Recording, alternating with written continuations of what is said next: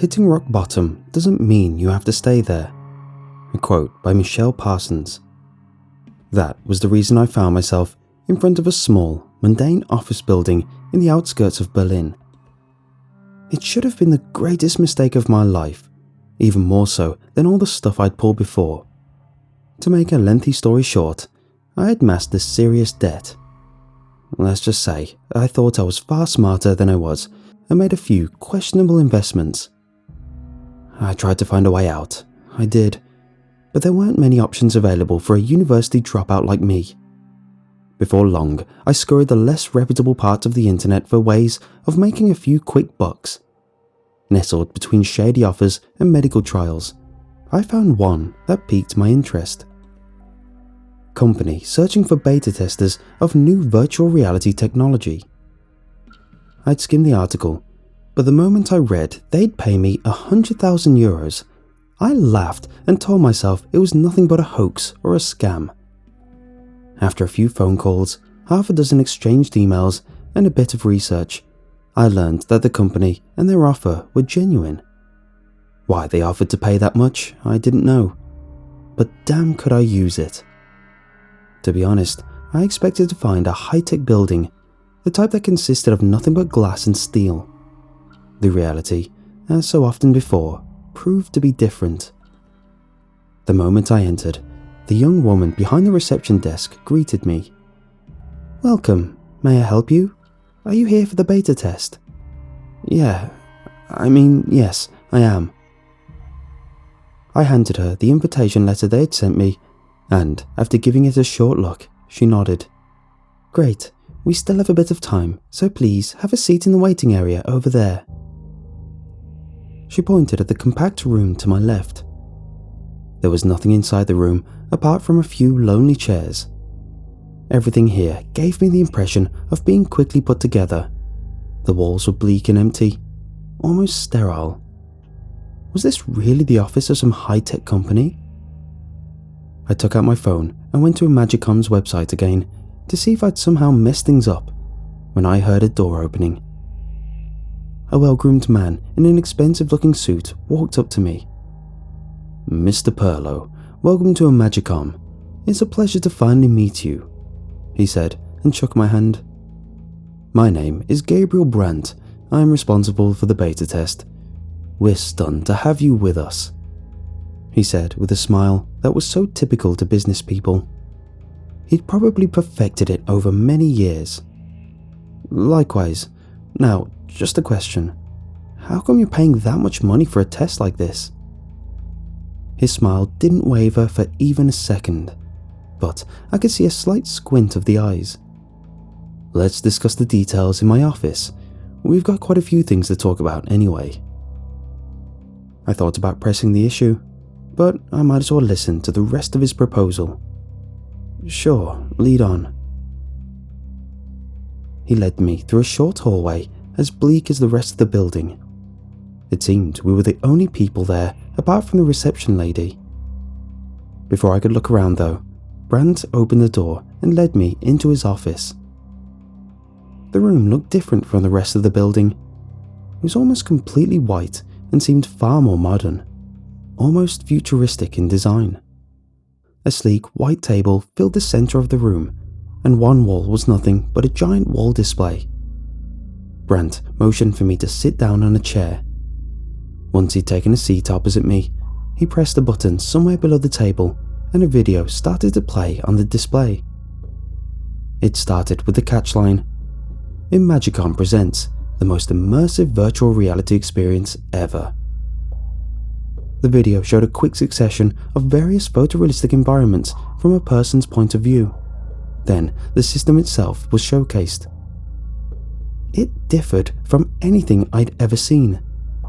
There was no bulky headset, no gloves, nothing like that.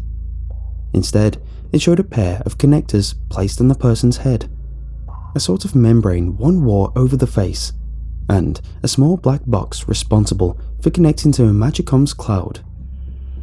"So, what do you think?" Brandt asked me once the video was over. "Is this real? That looks like something from a science fiction movie." Brandt smiled, but for the first time, his emotions seemed to be genuine. There was an edge to his expression, however, something sharp. "Well, Mr. Perlow, reality isn't so different from science fiction anymore. So, if this is a beta test, I'll get to use one of those things, right?" Somehow, I wasn't convinced. This seemed way too advanced. To be honest, I expected the video was nothing but a marketing ploy to get some investors. The actual system was probably way different. "Indeed, you will be the very first person to test our new system. Outside of your company, I assume?" "Naturally," he answered, and once more he showed me his trained smile. "Now, let me ask you again, why are you paying such an exorbitant amount of money?" Brandt pressed another button and a small touch display activated on the table in front of me. "Well, to be honest, I'm only responsible for scheduling the beta. You can find all the other details in the contract forms in front of you. Please take your time to read through them and sign them. Should you have any questions, feel free to ask me." I started to read the first form. It was a simple non-disclosure agreement. The second one handled the eventuality of damaging the system itself, while the third one was on the company's terms and conditions. The fourth was another non-disclosure agreement, this time about the virtual environments.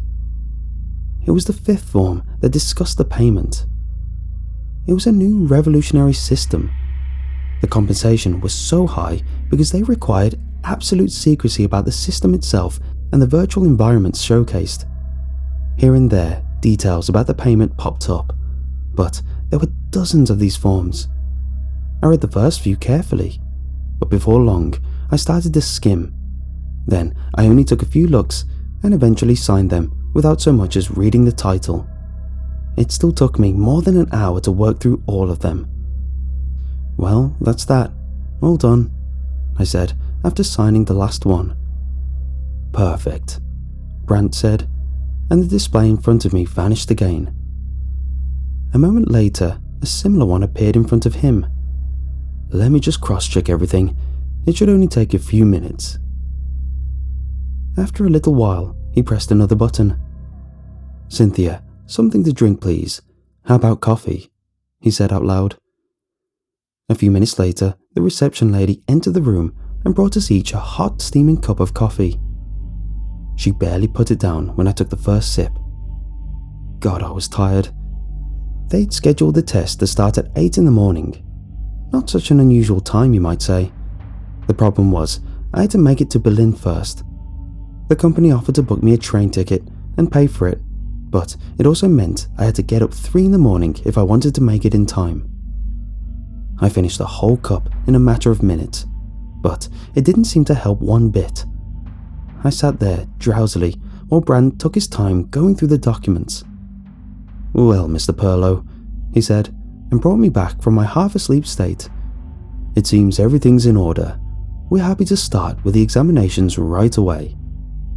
"Examinations?" "It's all standard procedure. As explained in Form 32, Section D, you're required to pass a few additional evaluations. Please, follow me." Before I could so much as frown, he pressed another button and the wall behind him slid open, revealing another hallway. I hadn't even noticed the sliding door until now. This part of the building was much more modern. The walls were pristine and stainless, the complete opposite of what I'd seen so far. It felt like we weren't even in the same building anymore. For the first time, I saw other people apart from Brandt and Cynthia, the reception lady. There was a group ahead chatting next to a futuristic vending machine, and others hurried up and down the long hallway. I was about to ask Brandt about the company, but we'd already made it to the examination room. "Hello there, I'm Dr. Kitagawa," a man in a lab coat introduced himself. He followed it up with a lengthy list of honors and explained he was an expert in neuroscience. Brandt gave him a brief nod before he turned from the room. The evaluations lasted almost the entire day. They started with a detailed assessment of my general health and fitness. It was to make sure I didn't suffer from any serious health conditions like respiratory or cardiovascular problems. After that came several brain scans. Kitagawa explained that certain brain conditions could influence our perception of reality. A certain percentage of the population wouldn't be able to discern between the real and the simulated reality. For those people, the possibility of actual injury existed, even in a simulation. The most common one was hurting or overstraining your muscles. The second, rarer one, was nerve damage because of the brain believing that a simulated injury was a genuine one. To avoid any of those, they had to make sure I didn't suffer from any of those brain conditions. I don't even know what sort of brain scans they did. Kitagawa threw around so many terms, half of which I hadn't even heard before. CT, MRI, MRA, MRS, you name it. Once those were done, it was time for the last part, the psychological evaluation. The questions were all standard. Did I suffer from depression? Had I been diagnosed with any mental illnesses? Did I have any mental condition they might want to know about? The only condition I could tell them about was the ADHD I suffered from and sometimes used medication for. They didn't linger on the topic for too long and assured me it would be no problem. What they seemed to linger on, though, was phobias. General fears and anxiety. After they'd asked me more than a dozen questions on the topic, I spoke up. Kitagawa assured me it was all standard procedure and important for the design of the simulation and a smooth run of the beta itself. So, I explained I suffered from slight bouts of anxiety because of my situation. As for phobias, I told them I suffer from arachnophobia, but I also added, embarrassingly, that I wasn't fond of the dark, confined places either. Once the psychological evaluation was over, it was already early evening. I realized I'd been here more than half a day already, and the test hadn't even started. Still, I was exhausted, and apart from a quick lunch after the first half of the examination, I also hadn't eaten a damn thing. Thankfully, the company had prepared for all that.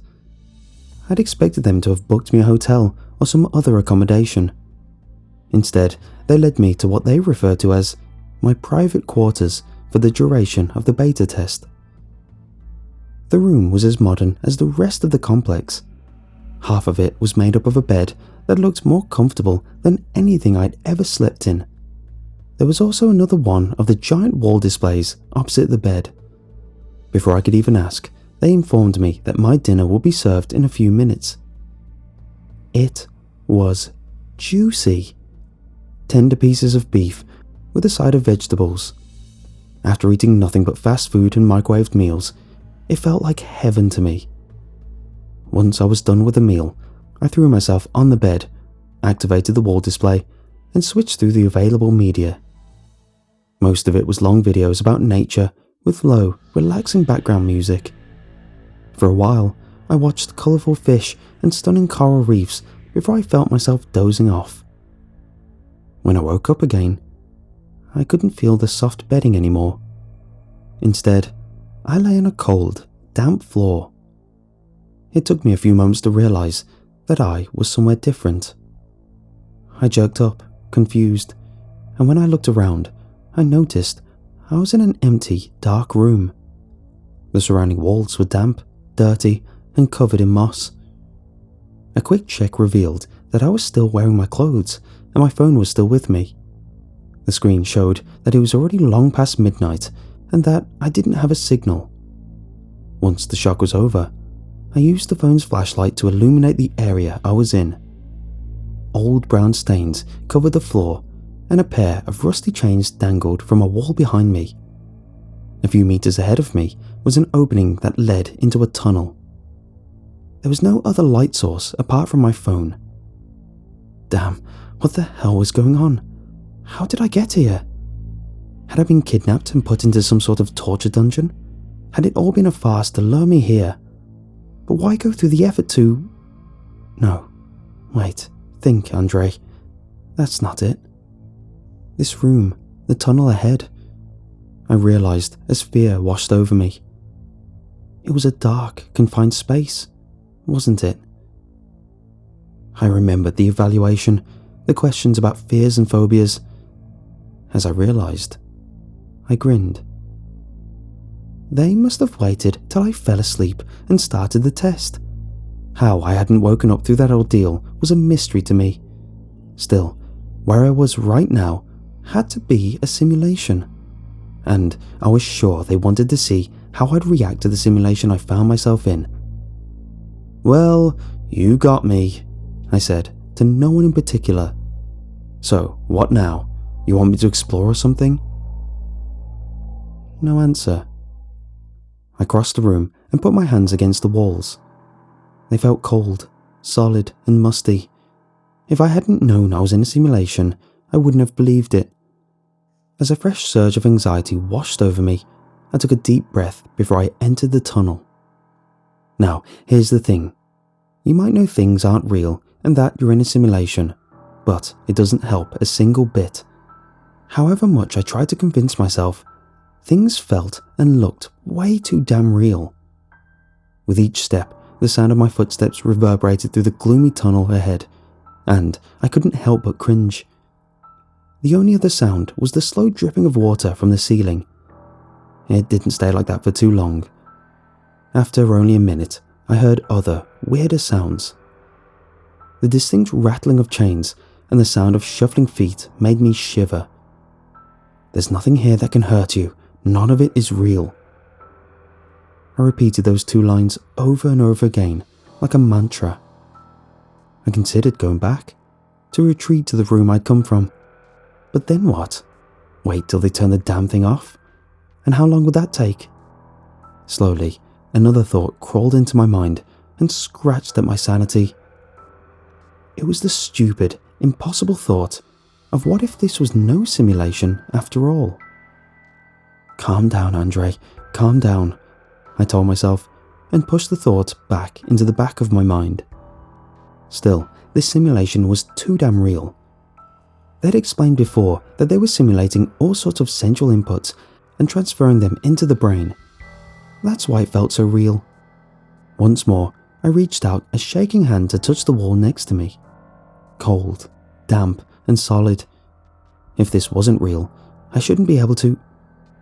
Suddenly, a hand jerked from a hole in the wall I hadn't seen before. "Damn!" I called out and cringed back. My heart skipped a beat as I stared at the outstretched hand. "Who's there?" I called out in a quiet voice. But all I heard was the rattling of chains from behind the wall. Whoever was behind there was panting, moaning, and after a few moments, the hand retreated. I stood there, frozen, afraid, and as I illuminated the tunnel ahead, I saw dozens of similar holes. Then, further ahead, I could make out a sturdy, wooden door. As I stood there, more chains rattled. I heard the shuffling of feet and bodies. More hands reached out, clawing at the walls, and wordless screams seemed to be directed at me. "Oh my God," I cursed as I hurried on and pushed past all of them, repeating my mantra like before. Get away from here, I told myself. Get away and reach the end, wherever that was. Right at that point, a distant, lonely light started flickering at the end of the tunnel. My steps got faster, passing hole after hole. But then I heard something. A growling ahead of me. Then someone screamed. There was a loud bump, the creaking of wood, and then the sturdy door I'd seen before was pushed outwards. For a moment, dust and wood splinters filled the air, but then I saw it. A giant, bulging figure pushed itself from the doorway and into the tunnel. When I cursed up in surprise and shock and the figure turned towards me, I cringed back a single step, then another, before I turned and ran back down towards the room I'd awoken in. Behind me, another scream cut through the air before I heard heavy footfalls from behind me. I ran with all the strength I could muster, but I didn't make it far. A giant paw of a hand came to rest on my shoulder. I was ripped backwards, saw a terrifying grinning face, and then all light vanished. I screamed and struggled against something on top of me. When I opened my eyes, I was back in the same bed I'd fallen asleep in. What I'd struggled against were the bed sheets. My heart was beating hard against my chest. As I lay there, my eyes darted around the room, afraid to find the giant figure lurking somewhere inside of my room. "You can calm down now, Mr. Perlow. There's nothing to be afraid of. It was all part of our simulation," a friendly female voice said. "What the hell was that?" I screamed. "Are you crazy? What if I'd gotten a heart attack? That thing was—" "I can assure you that your heart is fine. As you might recall, during the examinations, we informed you that the simulation won't put you in harm's way. The chances of you suffering a heart attack from the previous simulations were evaluated and deemed to be 0. "God damn it," I cursed. "I didn't sign up for this surprise stuff." "You did indeed, Mr. Perlow. In Section 2D on Form 54, you gave full consent to be subjugated to simulated inputs of any sort without proper—" Yeah, I get it," I said with a sigh. "Have a good night, Mr. Perlow," the friendly voice said, before she disconnected with an audible click. A good night? Yeah, right. Damn, what was this about Form 54? Then I remembered how I'd not given any of the later forms so much as a glance. Damn, how could I have been so stupid? How many of the freaking things had I signed? "Hey, I've got a question. Can you hear me?" Nothing. Damn, guess they won't even talk to me anymore. I cursed once more. If things got out of hand, I should be able to tell them I was out, right? There are rules to these things, aren't there? Annoyed and slightly worried, I turned back to the wall display and turned it on. The fish in the ocean depths were gone. Instead, the display showed a beautiful beach and a similarly beautiful woman walking through the sand. Well, better than nothing, I thought, and leaned back to listen to the quiet, relaxing background music. As the video continued, the woman approached the camera, getting closer with each step. The moment I could make out her face, I noticed that she was crying. "Help me," she spoke up. "All right, what the hell?" While I searched for the display's small remote, she repeated it over and over. "Help me, Andre," she suddenly said, emphasizing the name, my name. When I looked up again and found her eyes resting on me, I felt goosebumps all over my arm. "You have to," she said once more, her face growing harder. "What the hell?" I pressed out, confused. "You dare not to help me?" she screamed at me. I finally found the remote to turn the damn thing off, but whatever I pressed, there was no reaction. Instead, her face grew angrier and angrier, becoming a distorted version of her former, beautiful self. And then, to my horror, she got even closer. By that point, her face filled out the entire display. A moment later, she pushed her giant head through, not against the display, but out of it, right in my direction. I screamed, jumped off the bed, and hurried for the door, but it didn't open. When I turned around, I saw in disbelief that a giant head was inside of my room. It dangled from a long, stretched-out neck that vanished somewhere in the depths of the wall. "You dare to ignore me?" the creature screamed again, and my ears rang because of a bellowing scream. I pushed my hands over my ears and threw myself against the door. Once, twice, and then, when I did it a third time, the door sprang open and I pushed myself outside. What the hell was that? The answer popped into my head right away. I was in the simulation. I had to be. There was no doubt about it. The moment I'd woken up, there had been no connectors, no facial mask, nothing at all. They must have ended one simulation and plunged me straight into the next one, a simulated version of my private quarters. They tricked me, complete with the call of an assistant to tell me the simulation was over. No, wait, that wasn't correct. She'd never said a word about it being over, had she? As I stood there, in the hallway, the same woman spoke up again. "Mr. Perlow, if you please continue down the hallway to room number 34, Please take a seat there so we can continue with the test." I looked up, but there was no sign of where the voice was coming from. For a moment, I looked around before I started on my way down the hall. Everything looked the same as when I'd arrived here. The walls, the doors, only the people were gone. But I was in the simulation, I told myself. When I made it to room 34, I saw that it was the examination room I'd been in before. I looked around for a moment, but I was alone. Eventually I popped down in one chair. Right away I felt a hand on my shoulder. I jerked around to find Dr. Kitagawa standing next to me. "Mr. Perlow, are you alright?" I looked at him, confused. "Wait, why are you—" I broke up and shook my head. The man stared at me for a moment before he frowned. "We were finishing your MRI when you passed out." "Yeah, sure I did. Hilarious. This is nothing but a simulation." His frown deepened and a worried expression replaced it.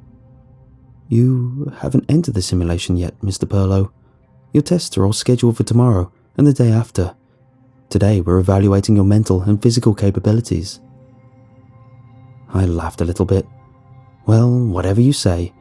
So what sort of test is this going to be?" "Mr. Perlow," he started again, his voice serious. "Do you often suffer from episodes such as this one?" "What episodes? Oh, you mean this? No, I've never before entered the simulation." His face still showed a worried expression. "What I'm talking about are the episodes of prolonged memory loss, distorted memories, vivid daydreams or hallucinations." I didn't react. Instead, my eyes scanned the room. "Can you come here for a moment?" I got up and stepped over to one of the monitors. "What you see here is a small swelling in your visual cortex. It's not necessarily anything malicious or dangerous, but, as I said, it might lead to various problems related to your memory. I'm asking since what you're talking about might be an indicator for—" "Alright, is this a sick joke?" I called towards the ceiling of the room. "Did you put this into the simulation because of my stupid ADHD?" "Mr. Perlow, please calm down. You're disturbing the rest of the personnel. Now, please tell me what you remember about your trip here to Munich."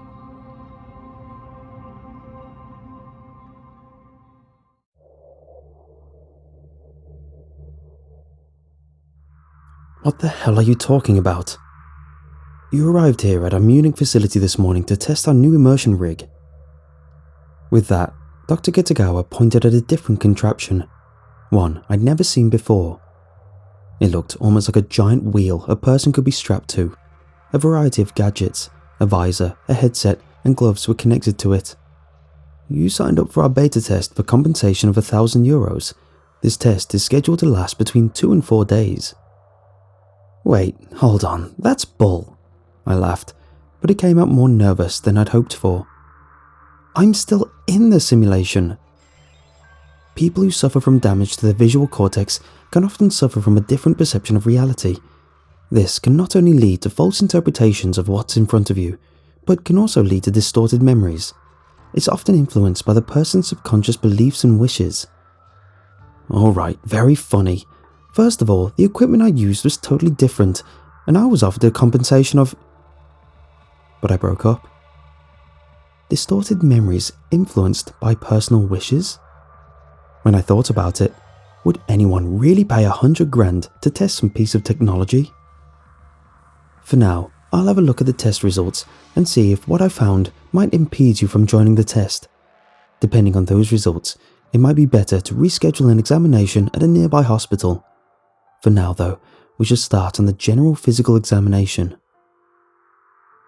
I nodded and smiled, but I couldn't shake off the weird feeling that flooded over me. This was the simulation, wasn't it?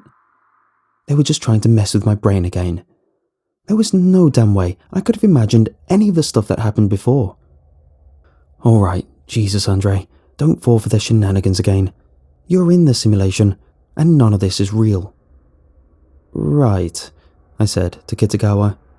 Let's go do the stupid fitness test then. The man frowned at my answer, but nodded. The test was simpler than before. Kitagawa led me to an exercise bike in the back of the room and tested my heart rate and general stamina. Nothing else. The same was true for the psychological evaluation. He just asked me a handful of questions, and that was it. Once it was all over, he called an assistant that led me from the room. When I stepped outside, I stopped for a moment. The hallway was different. There weren't any pristine white walls. Instead, it looked like any other office building I'd seen before. Nothing about the place screamed high-tech or fancy. The same was true for my private quarters. It reminded me of a room in a simple hostel. There was a bunk bed, a small nightstand, and an old cupboard. The assistant who led me here excused himself and hurried away. Once he'd left, I'd slumped down on the bed and took out my phone. I opened up WhatsApp and had a look at my messages. The last one was sent to my best friend, telling him about the beta test in Munich I would take part in. Yeah, it's not a lot of money, but at least I won't have to just eat ramen for a month, I'd written to him. I frowned at that. It sounded like me, exactly the way I'd talk about myself. But I didn't remember writing that message. Hell, I had told no one about the amount of compensation I'd be paid. This is bullcrap. With that, I dropped the phone on the bed next to me and leaned back. None of this was real anyway. A few minutes later, I got up and hit my fist against the wall. I don't know why I did it, but the result was as expected. The resulting pain felt real enough. I picked up the phone again and had a look at my emails. It was all there. The instructions, the compensation for my travels, everything. Only the details were all different. While I read through the emails, someone knocked against the door. I opened it, and a nervous man stood outside. His eyes were wide and darted left and right before he pushed himself past me. "Hey, what are you—" "Quiet, close the door." I laughed and did as he told me. "All right, what now?" "Listen, I know this will sound weird, but everything that's going on here is not what it's supposed to be." "Yeah, no duh," I said. "This is all just a simulation."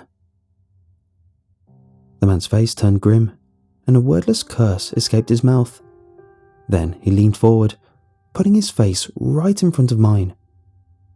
"All right, you're not in a simulation. They're trying to make you believe you're in one, but that's not what's going on here. The whole damn thing has got nothing to do with any new virtual reality technology. Did you inspect the damn rig and all those gadgets? Why do you need all of that for virtual reality? It's all a front. They'll run you through test after test after test, reschedule them before they tell you they found some anomaly. Let me guess, your brain or your heart, right?" When I looked up, the man smiled knowingly. "Where do you think you're at? Where's that simulation you're in taking place?" "Berlin," I said in a quiet voice. The guy grinned. "Mine was scheduled in Dortmund. We've got someone here who say they were in Hamburg. Another guy just 2 rooms further down said he went to Munich." "So, where the hell are we?" The guy laughed. "Don't you get it? No one knows. We all think we're in different locations. You might think you're in Munich or Dresden or Hamburg, but that's not where we are. Did they give you anything to drink when you arrived? Coffee, water, maybe a soda?" I nodded once more. They spiced it with something. Some new, messed up drug that scrambled up your memory. Once you're in here, you won't have a clue anymore what's real and what's not. It's all because of that damn drug. None of the participants here have any clue what's going on. I went back to bed and picked up my phone. Once more, I went over the emails. That's when I noticed something else was wrong. The dates. I talked to them for almost 2 weeks, so why were all the emails from the beginning of this month? Then I checked the date on my phone. I stared at it, confused. Wait, why was it on the 4th? I got here on the 12th, didn't I? The WhatsApp message I'd sent to my friend yesterday was dated the 4th. If this was... That's how they get you. The guy cut me off. It was right at this point that the door opened again. I recognized Brandt by his trained smile right away. Mr. Perlow, it's nice to meet you. I'm Mr. Zimmer, the CEO of Imagicom. I can see you've already met Mr. Schuster, one of our other participants. Schuster's face changed, and for a moment, an expression of pure terror was visible. He fought hard to suppress it before he turned to the supposed CEO. Mr. Zimmer, I better get going. I'm sure you have, things to talk about with Mr. Perlow here. With that, he gave me and Zimmer, a nod and hurried from the room. All right, Mr. Zimmer, I started and emphasized the name. Where's Mr. Brandt? Brandt? We don't have anyone working here by that name. I'm not sure who you're referring to. I'm talking about the man who showed me the introduction video and... Dr. Kitagara. His first name is Satoshi, in case you're wondering. Brilliant man. He informed me about the anomaly he discovered during your brain scans. However, he already said it doesn't seem to be serious. If we make a few changes to the simulation, there shouldn't be any problems with the beta test. He continued to ramble on about the test and what was to come, but I didn't listen anymore. My head was throbbing. This was all too damn real and way too strange. Would anyone even go through all this effort and create a simulation like this? Why? As I stood there, I thought about what you're supposed to do when you find yourself in a dream and want to wake up. Would something like that even work in a simulation? Damn, I had no clue. Until then, you're at your leisure, Mr. Perlow. We'd like you to stay in your room if possible, but we understand if you're interested in the project itself. If you need any additional information, our promotional manager, Mr. Witch, in room 14B, would be more than happy to have a talk with you. Well, I got to leave now. Thanks again for joining our beta test. Please be ready at 4 to continue with the schedule. With that, he left the room. For a moment I stood there, trying to figure out how to prove what was real and what wasn't. As my eyes scanned the room, I noticed something. It was small and partway hidden behind the ceiling lamp. I could only see it from a certain position. Was that a camera? Why was it up there, and why was it hidden like that? Were they spying on me? I stared at it for a while before I turned away. Was this really a simulation? Would they put all those details in? Damn, this entire thing was driving me insane. I couldn't stay in this room anymore. The longer I sat still, the more confused I got. A few moments later, I was outside again and started to walk down the hallway. A lot of other people in their office attire flocked to the hallway, going through their normal workday.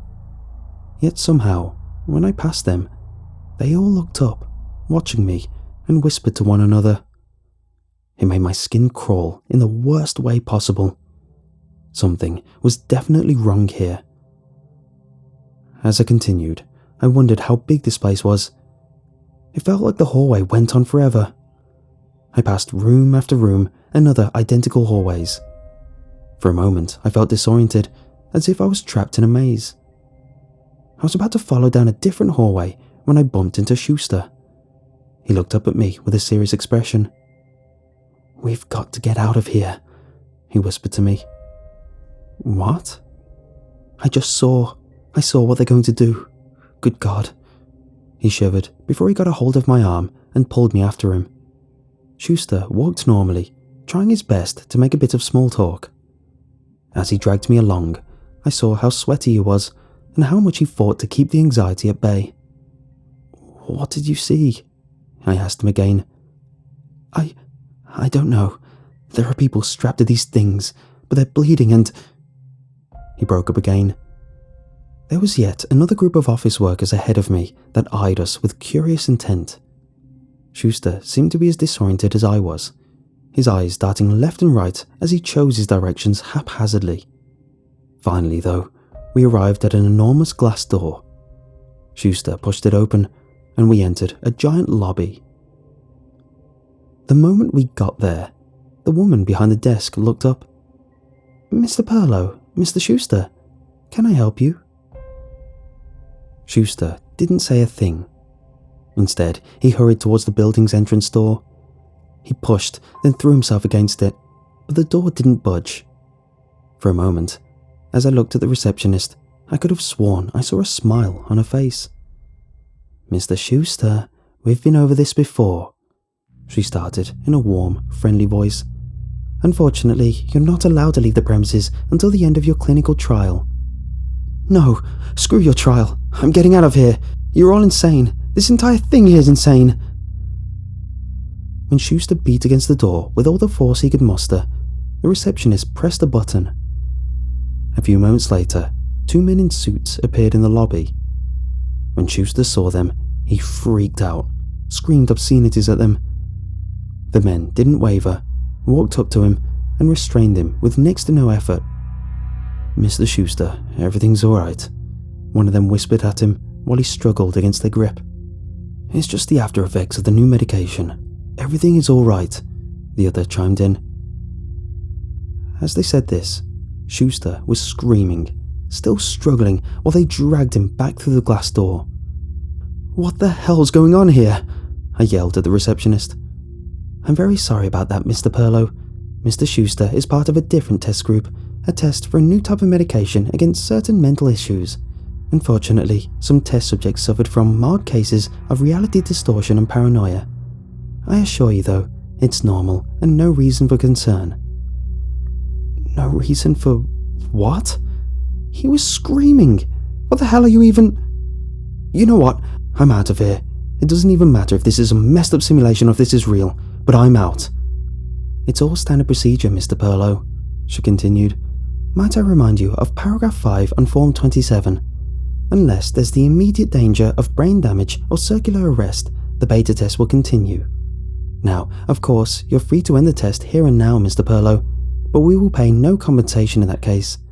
Furthermore, as paragraph 11 on form 41 states, should a person quit the beta test after giving their official consent, Imagicon will be forced to take legal action, which might include fines of substantial height." I stood there and listened as she rambled on about some damn legal matters. "What the hell are you talking about? What's that about those damned forms? You can't just—" But I broke up when the 2 men that had taken Schuster away appeared again. "We can assure you, Mr. Perlow, we can indeed." With that, the 2 men got a hold of my arms. I struggled against their grip, but soon realized that they were much stronger than me. They dragged me back towards the hallway. They whispered the same calming words they had at Schuster before. They didn't even react when I called them out in their BS. I thought they'd bring me back to my room, but they dragged me back to the examination room. Kitagawa was already there, waiting for me, smiling. "Excellent news, Mr. Perlow," he said with excitement. "We've just got confirmation that you're eligible to take part in our test." Kitagawa's face transformed, twisted by a sadistic smile. "The hell kind of test are you?" I couldn't keep talking anymore, because one of the men pushed the gag into my mouth. "Well then, why don't you take Mr. Perlow down to Hall B? I think Model 13 should be free at the moment." With that, they dragged me outside again, down the hall. A few office workers who were still around watched the entire ordeal with excited faces. "You should be honored, Mr. Perlow. You'll be contributing to the advancement of human society," Kitagawa rambled on. I wanted to say something, scream at him, and call him insane, but the damn gag didn't allow for any of that. All that escaped my mouth were muffled, indistinguishable sounds. It wasn't long before Kitagawa pushed open the door to another room, much bigger than I'd been in before. The moment we entered, the iron smell of blood reached me, and I could hear the low moans and muffled screams of the other participants. They were all strapped to one of the wheel-like contraptions Kitagawa had called the new immersion rig. The moment I saw them, I fought against the grip of the 2 men once more. The first participant was twisting and shaking against the restraints of the contraption. A gag covered another's mouth, but I could see the blood that streamed from the visor.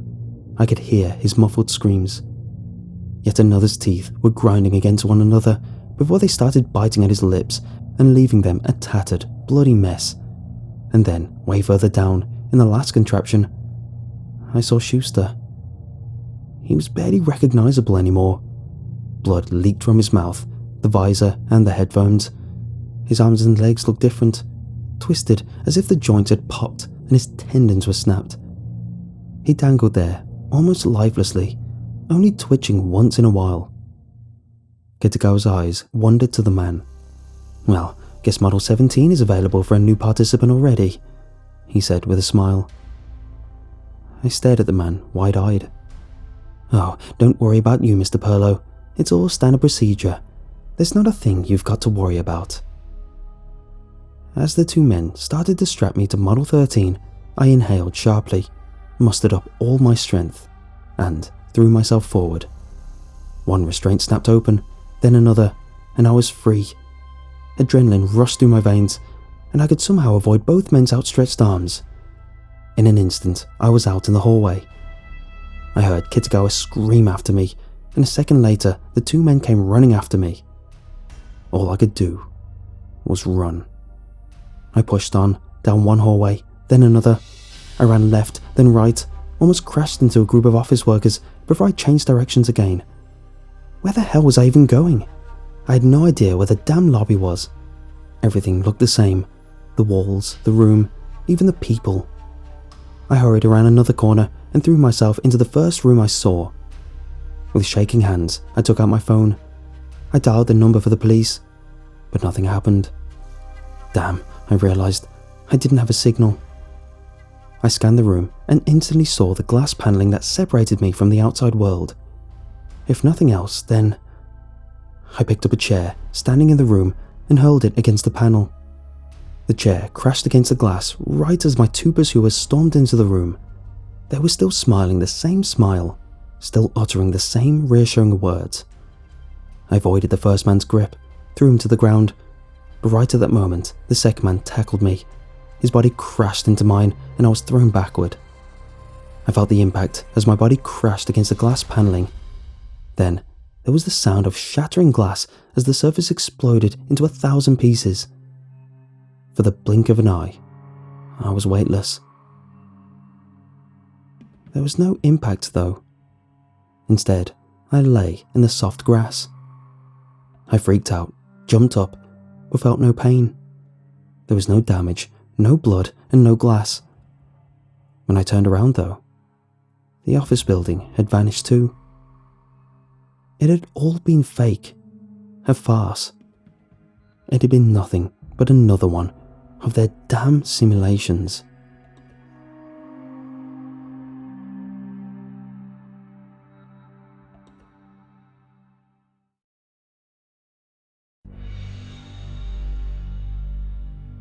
As I sat up in the grass, I realized that it had all been fake.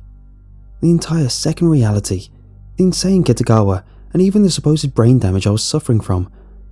It had all been another part of their simulation. I grew angry before rage overtook me. "The hell do you think you're doing? This is messed up. I thought it was real. This is insane. Why didn't you just get me out of here right now and..." "Mr. Perlo, I'd like to inform you," a voice popped out of nowhere. "In Form 48, Paragraph 4, Point C, you specifically agreed to..." "Yeah, well, get lost," I screamed in answer. This time, the voice didn't say anything else. I stood up and looked around. I was in a meadow, and further ahead was a small lake. The moment I saw it, nostalgia washed over me. I knew this lake. It was the one that had been right next to the village my grandparents had lived at. I let my eyes wander around, and I recognized the old cherry tree nearby, the dirt path that led from the lake to the village, and even the distant forest. How in the hell had they created this? Had they researched my past, or had they somehow scanned my memories? Was something like that even possible? After a while, not knowing what else to do, I began walking up the path that should lead me to the village. I was stuck in here anyway, without a way to end the simulation myself, and I had to admit, I wanted to see the old village. I'd barely taken a few steps when I found an old bike lying in the grass. I noticed the black-red metallic colour, the old dirty gears, and the rusted bell. It was the mountain bike I'd owned as a kid. The memories of childhood returned to me, and I saw myself racing down dirt paths and forest tracks. I couldn't help but smile. Things were so different back then. For a moment, I considered picking up the bike, but I was way too tall to drive it anyway. The path from the lake led to a tiny hill, and once I made it up there, my eyes grew wide. I couldn't believe it. Once more, I wondered how they'd created all this. For a while, I stood there, marvelling at the sight below. There was the huge old farmstead. Here were the holiday homes at the edge of the village. Further away was the major part of the village, with a church in its centre. In front of me, though, was the part that my eyes rested on the longest. It was the lower part of the village, which consisted of only a handful of houses. One of them was my grandparents'. It had been over 15 years since I had last been there. As I went on my way, I couldn't help but be impressed by how real everything was. I felt the grass against my legs, the sun on my face, and I smelled the fresh summer air. You could almost forget you were in a simulation, I thought. No, I reminded myself. Don't fall for it again, you idiot. Not a second time. Hell, not a third. My steps led me to my grandparents' house, almost an autopilot. It was a small house with a barn next to it. They'd been farmers for the better part of their life. When I was born, though, they'd already abandoned the old trade and had opted for a more relaxed way of living. The closer I got, the more memories returned to me. I felt goosebumps on my arm when I saw a cat in the grass nearby. It eyed me curiously, and when I noticed the brownish, grey stripes on its back, I knew it had to be my grandma's old cat, Leo. The cat watched me for a few more moments before it came over to me, purring and rubbing itself against my leg. "Hey, little fella," I greeted it and leaned down to pet it. I wondered how they got everything right up to the smallest detail. Then I wondered if this was really what Grandma's cat had looked like. What if they'd created a vague image of a cat and my brain made the necessary connections that weren't there and filled in the gaps? Was that how they did all this? Providing nothing but a vague framework for the rest of the brain to work with? While I stood there, petting the cat and thinking about this, the sky suddenly grew dark. Within moments, thick clouds had formed and blocked out the sun before it began to rain. It wasn't long before the rain had turned into a full-on downpour. Sure, it was a simulation, but I still felt myself getting wet, and I felt the cold, gusty wind. Within moments, I was freezing and hurried to open the front door of the house. I watched as the downpour continued and saw Leo rush away to the barn. They'd done it all, to the minutest detail. As I stood there, I wondered why they'd throw me into a simulation like this. Why my grandparents' house? Then something crawled back into my mind. As I stood there in the small entry hall, I shivered as a memory came back to me. The memory of the single worst day of my entire childhood. I'd never told them about that day. Hell, I'd buried it so deep in my mind, I hadn't even remembered it until now. So how did they know about it? No, I told myself, I wouldn't go in. I wouldn't enter this house. They couldn't make me, could they? I rushed back outside. All care about the downpour or the cold had vanished. I'd make it to one of the other houses or just over to the barn. I don't know what I was expecting if I thought I could actually do anything. What I wasn't expecting were the spiders that suddenly swarmed the ground. At first, there were only a few, but soon it was hundreds, thousands. They covered the grass, the trees, the barn, everything. Everything but my grandparents' house. For a moment, I closed my eyes. If I don't see them, they can't hurt me, right? None of this was real. It was a simulation. Just run, you damn idiot. Run and get away from here. Yet, I'd barely taken a few steps when I could feel them crawling all over me. They made their way up my legs, my back, and even my arms. I shuddered and tried to ignore it, but finally I screamed, opened my eyes, and swatted them off me. I was shaking, and as I looked ahead, I saw that the entire village, no, the entire outside world was covered in thick, heavy spider webs. This whole simulation had become an arachnophobic hell.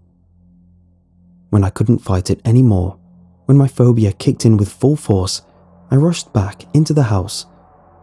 I didn't want to go there again, but my body didn't seem to listen to me anymore. Still, I knew why they forced me back here. This time, they couldn't make me. No, I wouldn't move. I'd stay here, next to the front door. Once more, the dreaded memory pushed itself into my head. I lost my balance and started shaking and sweating. "You goddamn sickos! Screw you!" I screamed up at the empty, quiet house. The last time I'd been here was a few days after my grandma had died. After that day, I'd never been to that house again, and I'd never wanted to return. My grandpa had died when I was 10 years old, and after his death, my grandma had lived on her own. She died 1 year later. I shuddered thinking about the day I found her. I sat down on the ground and didn't do a damn thing. All I did was breathe slowly and steadily to keep the panic at bay as I watched the spiders outside. "Mr. Perlow, we have to inform you again that you are required to participate in the simulation. We are aware that you know where you're supposed to go. Should you remain here without continuing, we are forced to—" "Shut the hell up! I'm not doing it! I'm not going there!" I screamed again, without moving a single inch. I tried. I honestly tried. But how can you fight something that you've got no control over? What can you do in a world that can become anything and do anything to you? I sat there, unmoving. But after a short while, the spiders outside grew restless before they rushed towards the building. I could barely throw the front door shut, but I could feel it. The pressure of thousands of spiders trying to force their way in. Then I heard it. The sounds of spiders crawling and skittering all over the walls outside. As I desperately pushed myself against the door, I saw the windows, the glass, the cracks. A moment later, the glass gave way, and a flood of spiders made its way inside. They weren't crawling inside, they swept into the building. It was nothing but an endless wave of 8-legged horrors. Within moments, they filled the entire first floor of the building. In my panicked state, I picked the only direction that wasn't covered in them, the stairs to the second floor. The spiders were coming after me, chasing me.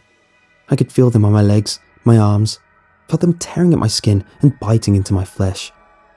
In a panic, I ripped them off my body by the dozens before I threw myself into the only room that wasn't infested with them. I was a shivering, shaking mess. Bloody bites covered my arms and legs. Tears streamed from my eyes, and I was too exhausted to even curse. It was only after a few minutes after I calmed down that I'd noticed the sweet, disgusting smell that wafted through the air. I realized where I was. In a state of shock, I turned away from the door to take in the sight in front of me. It was my grandma's bedroom. She was right there, lying in a bed, unmoving, the same as she'd been when I was 11 years old. This time, though, I knew what was in front of me. Right there, between the sheets, was the decomposing body of my grandma. She'd been dead for almost 4 days when I found her.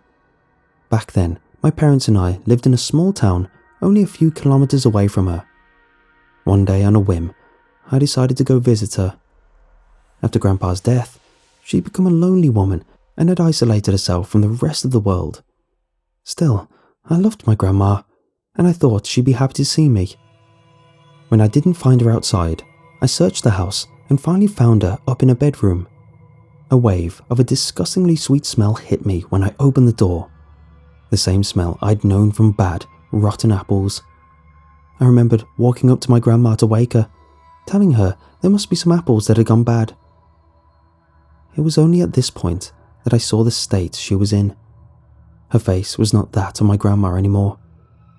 Because of the summer heat and the stuffy air inside the room, it had become a bloated, mushy heap of flesh, covered by maggots and flies. I remember screaming and running from the house, only to be found by a neighbour. It was he who called the doctor and the mortician. For years, the memory of a rotten face and the sweet smell of a rotting body had stayed with me before I'd been able to bury it. It was this same sweet smell that now crawled up my nostrils. I froze, unable to move or do anything. Suddenly, I was 11 years old again. I was not Andrew Perlow, the 27-year-old man in a virtual reality simulation anymore. No, I was little Andy, a scared 11-year-old boy in his dead grandma's bedroom. After the initial shock was over, I turned back to the door of the room, but I couldn't see it anymore. Where the door had been was now nothing but a solid wall. I looked around, confused, but there were no hints of it anymore. The door had vanished. I went forward, hitting and beating against the wall, hoping to find a way out. With each passing second, the smell of rot grew more and more intense. I gagged, pushed myself as far away from the bed as I could, back into the corner of the room. I cried, I screamed and pleaded with them to end the simulation. The money didn't matter anymore. Nothing did. All I wanted was to get out of the simulation. As I sat there, rambling on and on, I heard a different sound. At first, I thought it was the spiders again, but then I heard it again. A quiet, wet squishing. I almost vomited when a fresh wave of rotten stink hit me. My eyes watered. I blinked once, twice, and then I saw it. In front of me, between the sheets, Grandma's body was moving. I thought it was a reaction because of the decay, but it wasn't. In sheer and total horror, I watched as a rotten corpse got up and a bloated, mushy face focused on me. Her lips were gone, her eyes were tiny, shriveled up like dried raisins. The worst, though, was the maggots that now fell from it in droves. I screamed, scrambled back against the wall, began beating it, throwing myself against it to get away somehow. But it was futile. "Oh, my dear little Andy," I heard a distorted version of her voice. The words were barely distinguishable from one another, but not much more than a wet gurgle. "How nice of you to come visit your old grandma." The bedsheets parted, and I could see the full, disgusting horror of a rotten body. The bed was almost a sea of body fluids, and she was nothing but an amalgamation of wet, mushy flesh. Her body was torn open, revealing her insides. As she pushed herself to her feet, something big and wet burst from her abdomen and into the bedsheets below. For a moment she wavered, almost collapsed into herself, but then she moved, crawled towards me. "Oh, how Grandma missed you, little Andy." And then, as she touched me, as I felt a wet, squishy hand on my shoulder, despair overtook me. The world stopped existing at this point. My mind broke, and I clawed at the wall. I ripped at the wallpaper, dug into the plaster and brickwork below until my fingers were nothing more than bloody stumps. My consciousness retreated and became an audience to my perils, and I could do nothing as I mutilated my body. At first, the only sounds I heard was the scratching of my flesh and bones against the plaster. But then, the same wet gurgling started again. Grandma was singing an old nursery rhyme, the one she'd sang me when I couldn't fall asleep. As I lay there, as I couldn't go on any more, she closed her rotten arms around my crippled, mutilated body. I don't know how long the embrace lasted. Every second felt like an eternity, and a song seemed to go on in endless repetition. All the while, her body decomposed further and further as she held me. I can't tell you when or how the simulation ended. I only remembered struggling against the grip of other people. The details are nothing but a blur. There was security personnel, an ambulance, and finally, I awoke in a hospital in Berlin. A plump nurse was checking my vital signs and looked up in surprise when she saw I was awake. As she rushed from the room, everything felt different. It was my head, my brain. As the memory of Grandma's rotting body came back to me, I screamed again. They gave me a heavy dosage of sedatives, and once I calmed down enough, one of the doctors explained what had happened. After the test, some electronic device had gone horribly wrong. They had brought me here. Apart from a few bruises, there were no visible external damage. Most of the injuries I'd suffered were related to the brain and the nervous system. Shock washed over me, and I tried to push myself up, but my hands and fingers didn't react. I tried again, but I could barely move them. Couldn't even ball my hands into a fist. As I stared at my almost useless appendages, tears streamed from my eyes. The doctor stood there, an expression of misery visible on his face. He spoke, but I barely listened. Full recovery was out of the question. Partially functional might be possible. Various approaches, therapy, and on he went. Somehow, though, I could tell that I was damaged beyond repair. I knew, and I cried. The brain damage I'd sustained was more severe than originally thought. I had trouble to recall certain memories, and anything beyond simple math problems was impossible for me. I don't know if I'd ever been smart before all this, but I knew I wasn't anymore. The most serious issue was the complete loss of my sense of smell. The doctors don't know why, but I know the reason. I know that while the rotten corpse of my grandma held me, the smell must have been too much for my psyche. My brain must have cut off my sense of smell. I stayed at the hospital for months. Once I could leave, people urged me to sue Imagicom. I went to a lawyer, explained my situation, but it was not even a week before he got back to me. There wouldn't be a case. Imagicom was a subsidiary of a huge international conglomerate. They had all the money in the world to bury any case against them. Even worse though, they'd provided him with all the forms I'd signed, and in them, I'd agreed to pretty much anything. Even the eventuality of lasting damage to my body. There was nothing that could be done. It's been more than a year since the entire thing happened, but I've only been able to write it down now. It was a long and arduous process, with only the 2 fingers of my left hand that remained functional after all this. But there's one last thing I have to mention. The funniest, most messed up thing about all this. The day I was released from the hospital and had gotten back home, I checked my bank account. I laughed for hours when I saw the huge 6-digit number of €100,000 that had been transferred to my account the day the beta test ended. They'd gone and paid me. They'd paid me in full, just like they'd promised. I have enough money now, enough to get rid of my debt. I'd gotten a second chance in life. Only now, as damaged as I was, I wouldn't be able to make anything of it.